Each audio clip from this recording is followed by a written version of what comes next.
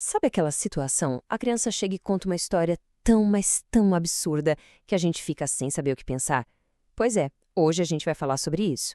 Vamos entender a diferença entre mentira e fantasia e, o mais importante, descobrir como reagir do jeito certo em cada uma dessas situações.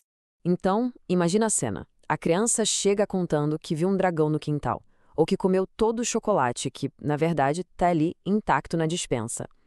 A nossa primeira reação, quase automática, é pensar, tá mentindo para mim. Mas será que é isso mesmo? A resposta, olha, nem sempre é tão óbvia assim. Tá, então vamos direto ao ponto. A grande chave para diferenciar uma coisa da outra, a fantasia da mentira, é uma palavrinha mágica: intenção. É a intenção por trás da história que vai nos dizer tudo. Entender isso muda completamente o jogo. Olha só como fica claro. De um lado, a gente tem a fantasia. A intenção aqui é pura imaginação, é brincadeira, é a criança expressando um desejo. Queria tanto que isso fosse verdade. É um jeito de explorar o mundo. Agora, do outro lado, a gente tem a mentira. E aqui, a intenção é outra. É quase sempre uma defesa. A criança mente para evitar uma bronca, para se livrar de uma consequência ou até para conseguir alguma coisa. É a intenção que separa os dois mundos. E por que é tão importante saber dessa diferença de intenção? Porque se a gente não entende, a chance de reagir do jeito errado é enorme. E com isso, a gente acaba cometendo uns erros bem comuns que podem até atrapalhar. Vamos ver os dois principais. O primeiro erro, e que acontece muito, é tratar a fantasia como se fosse um crime. É ouvir a história do dragão e já falar: para de mentir, você é um mentiroso. Poxa, essa reação é um balde de água fria na criatividade da criança. E pior, pode criar uma insegurança danada. É quase como dar uma bronca em alguém por sonhar acordado. Já o segundo erro é o exato oposto. É quando a gente percebe que é uma mentira mesmo, uma tentativa de se defender, e a gente simplesmente ignora. Deixa passar como fosse coisa de criança. Uma mentira dessas precisa sim ser corrigida. O segredo é como fazer isso. A correção tem que vir sem humilhação para que a lição sobre honestidade seja de fato aprendida. Beleza. Então, como é que a gente faz para incentivar a imaginação sem criar confusão?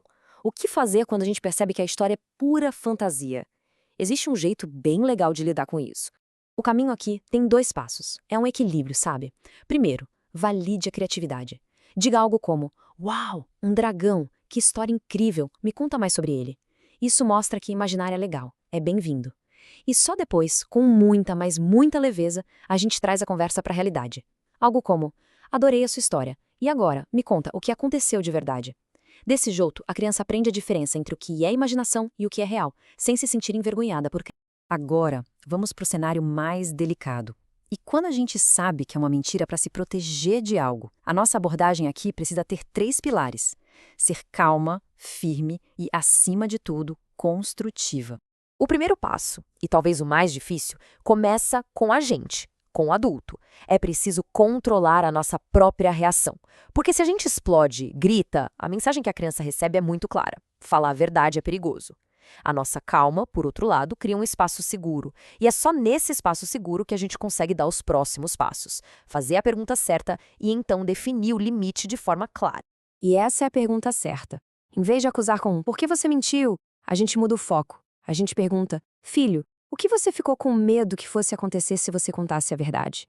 Essa pergunta é muito poderosa, porque ela tira o foco da mentira em si e vai direto na causa, na raiz de tudo, que quase sempre é o medo. E o terceiro passo é definir o limite. É estabelecer uma regra simples e clara. Olha, aqui na nossa casa a gente fala a verdade. E se a regra foi quebrada? A consequência não deve ser um castigo, mas algo lógico que tem a ver com reparar o erro. Por exemplo, se quebrou algo e mentiu, a consequência é ajudar a consertar. Se sujou e mentiu, é ajudar a limpar. Isso ensina responsabilidade, não medo da punição. Porque no fim das contas é isso. O objetivo de tudo isso não é punir, é construir confiança. A nossa grande meta é criar um relacionamento tão forte, mas tão forte, que a criança sinta que pode contar a verdade mesmo quando errou feio, porque ela sabe que vai encontrar ajuda e compreensão do outro lado, e não só raiva. E para a gente fechar, fica essa reflexão, que vale para todo mundo. Será que o nosso lar, o nosso ambiente, é de fato um lugar seguro para a verdade? Pensa bem, quando errar e assumir o erro gera uma conversa e não uma explosão, quando gera uma consequência justa, a mentira simplesmente perde a razão de existir. E essa é a verdadeira base para a gente educar sem ferir.